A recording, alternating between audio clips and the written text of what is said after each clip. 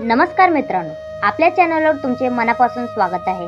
आज आपण एक अशी कथा ऐकणार आहोत जी आपल्या आयुष्यातील सर्वात मोठा संदेश देते। आपण देवाची पूजा करतो, मंदिरात जातो, दान धर्म करतो, पण कधी विचार केलाय का एखाद्याचा जीव वाचवणं हीच सर्वात मोठी पूजा असू शकते। आजची ही कथा आहे रक्तदानाची आणि माणुसकीची, आणि या कथेला प्रेरणा देणारे विचार आहेत नरेंद्र स्वामी यांचे। भाग 1। एका छोट्या गावात रोहित नावाचा एक तरुण राहत होता। रोहित खूप साधा आणि धार्मिक स्वभावाचा होता।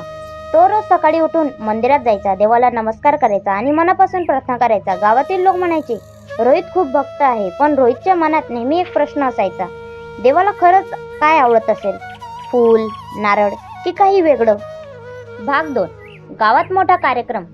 एक दिवस गावात मोठा आध्यात्मिक कार्यक्रम आयोजित केला गेला। त्या कार्यक्रमात हजारो लोक जमले होते, कारण त्या दिवशी प्रवचन देण्यासाठी आले होते नरेंद्र स्वामी। लोक खूप उत्साहात होते। स्वामी मंचावर आले आणि शांतपणे बोलायला सुरुवात केली। भाग 3। स्वामींचा संदेश।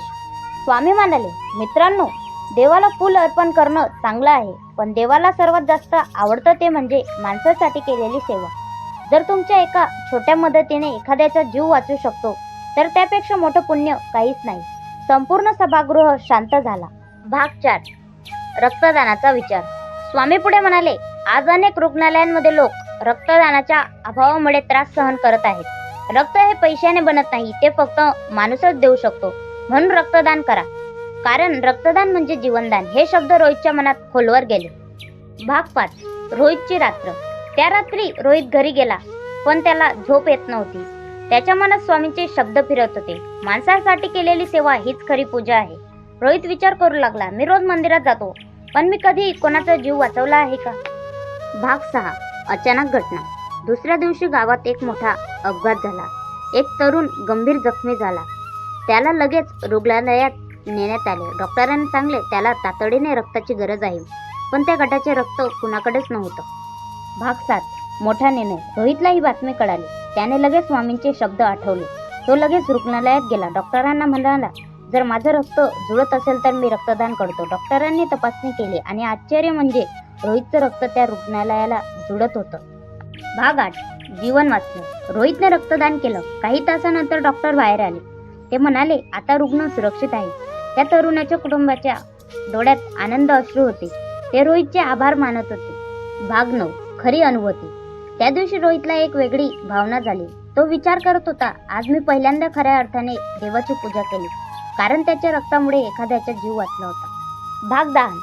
गावात बदल। रोहितची ही गोष्ट संपूर्ण गावात पसरली। लोकांना प्रेरणा मिळाली। काही दिवसांनी गावात रक्तदान शिबिर आयोजित करण्यात आले। शेकडो लोकांनी रक्तदान केले। गावात एक नवीन परंपरा सुरू झाली, माणुसकीची सेवा। भाग 11। रक्तदान शिबिराची कल्पना। रोहितच्या रक्तदानाची गोष्ट संपूर्ण गावात पसरली। लोक म्हणू लागले, आपणही काहीतरी चांगलं काम केलं पाहिजे। तेव्हा गावातील काही तरुणांनी एक निर्णय घेतला, आपण गावात रक्तदान शिबिर आयोजित करूया। रोहितला ही कल्पना खूप आवडली। त्याला पुन्हा एकदा आठवले नरेंद्र स्वामी यांचे विचार, माणसासाठी केलेली सेवा हीच खरी पूजा आहे। भाग 12। तयारी सुरू। गावातील तरुणांनी तयारी सुरू केली। पोस्टर लावले गेले, लोकांना माहिती दिली गेली। रुग्णालयातील डॉक्टरांना बोलवण्यात आले। सुरुवातीला काही लोक घाबरत होते। ते म्हणत होते, रक्तदान केलं तर कमकुवत होतो का। भाग 13। भीती दूर झाली। रोहित लोकांना समजावू लागला। तो म्हणाला, रक्तदान सुरक्षित आहे। आपल्या शरीरात काही दिवसानंतर पुन्हा रक्त तयार होतं। डॉक्टरांनी लोकांना माहिती दिली। हळूहळू लोकांची भीती कमी झाली। भाग 14। शिबिराचा दिवस। शेवटी तो दिवस आला। गावात मोठं रक्तदान शिबिर भरलं। पहिला रक्तदान दाता कोण? रोहित। त्यानंतर एका मागोमाग एक लोक पुढे येऊ लागले। काही तासातच अनेक लोकांनी रक्तदान केले। डॉक्टरही आश्चर्यचकित झाले। ते म्हणाले, एवढा मोठा प्रतिसाद आम्ही खूप कमी गावांमध्ये पाहिला आहे। गावात आनंदाचं वातावरण होतं। भाग 15। एका आईची प्रार्थना। त्या दिवशी एक आई शिबिरात आली। तिचा मुलगा रुग्णालयात होता। त्याला रक्ताची गरज होती। तिने हात जोडून सांगितलं, कोणी माझ्या मुलासाठी रक्त देईल का। गावातील एक तरुण लगेच पुढे आला। भाग 16। पुन्हा एक जीव वाचला। त्या तरुणाने रक्तदान केलं।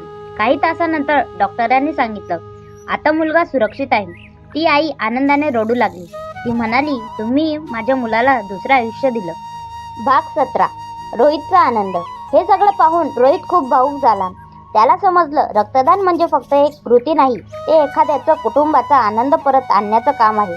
त्या रात्री रोहित मंदिरात गेला. त्याने देवाला नमस्कार केला आणि त्याला पुन्हा आठवले नरेंद्र स्वामी यांचे प्रेरणादायी विचार.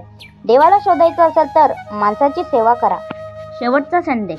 मित्रांनो, आपण देवाला फुलं अर्पण करतो, मंदिरात दिवा लावतो, प्रार्थना करतो, पण कधी कधी देव आपल्याला एक संधी देतो एखाद्याचा जीव वाचवण्याची. त्यावेळी जर आपण पुढे आलो आणि रक्तदान केलं तर त्या माणसासाठी आपण देव बनतो. हेच आपल्याला संत आणि महापुरुषांनी शिकवलं आहे. माणसासाठी केलेली सेवा, दुःखी माणसाला दिलेली मदत आणि एखाद्याचा वाचवलेला जीव हीच खरी पूजा आहे.